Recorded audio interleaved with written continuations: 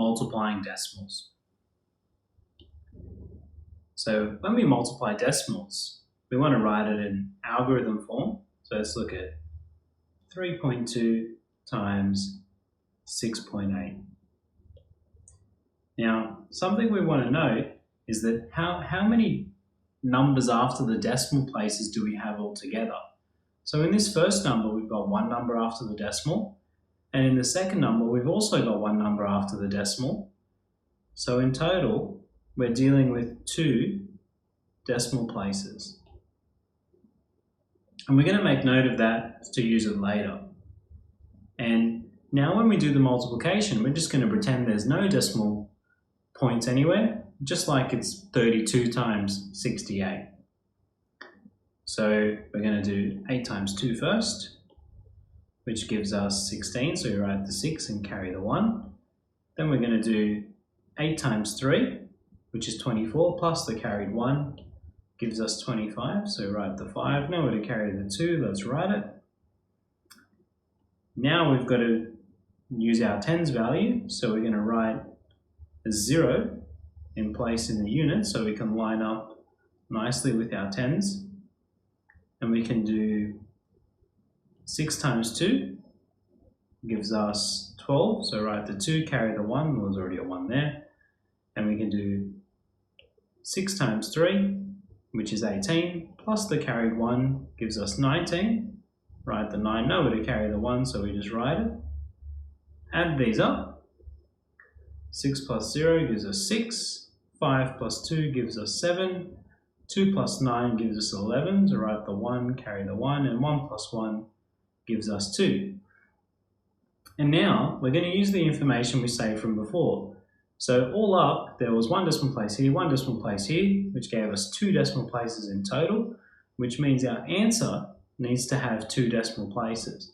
So when we go to put the decimal place, we put it in a spot that makes sure we have 2 decimal places.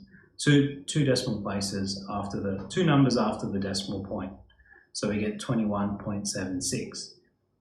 Something important that you can do to make sure you're right is actually using estimation. So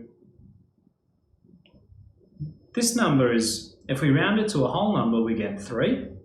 And if we round this to a whole number, we get 7. 3 times 7 is 21, which is pretty close to what we've got here. So it's a good common sense way to check if you're actually close to your answer. Let's have a look at one more slightly complicated example. Let's look at 17.8 times 6.54. So again, the decimal places don't have to line up for multiplication because we're only interested in how many numbers actually come after the decimal point. So we've got 1 here after the decimal and 2 after this one. So altogether, we've got 3 numbers after the decimal. So our answer needs to be at 3 decimal places.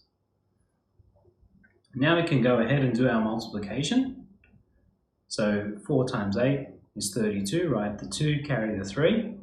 4 times 7 is 28, plus the 3 gives us 31. 4 times 1 is 4, plus the carried 3 gives us 7. Now we're going to move on to our tens. Just going to rub out those carries so we don't get confused. Now 5 times 8 is 40, write the 0, carry the 4. 5 times 7 is 35, plus the carried 4 is 39, carry the 3. 5 times 1 is 5, plus the carried 3 is 8. Now we're going to do 2 zeros to line up with our hundreds unit. I'm just going to rub out carries. Alright, 6 times 8 is 48, so write the 8, carry the 4. 7 times 6 is 42, plus the 4 is 46, carry the 4. 6 times 1 is 6, plus the carried 4 is 10. And we're ready to add all this up now. 200 is 2. 1 plus 0 is 1. 789 is going to give us 24. Carry the 2. All that added up to 8 and 6 is going to be 16. Carry the 1. 1 plus 0 is 1. And that 1 is by itself. And now we use the information from before, knowing the final answer needs to have 3 decimal places. So we make sure we put our decimal place, our decimal point, where we have 3 numbers after the decimal, and we get 116.412 as the final answer.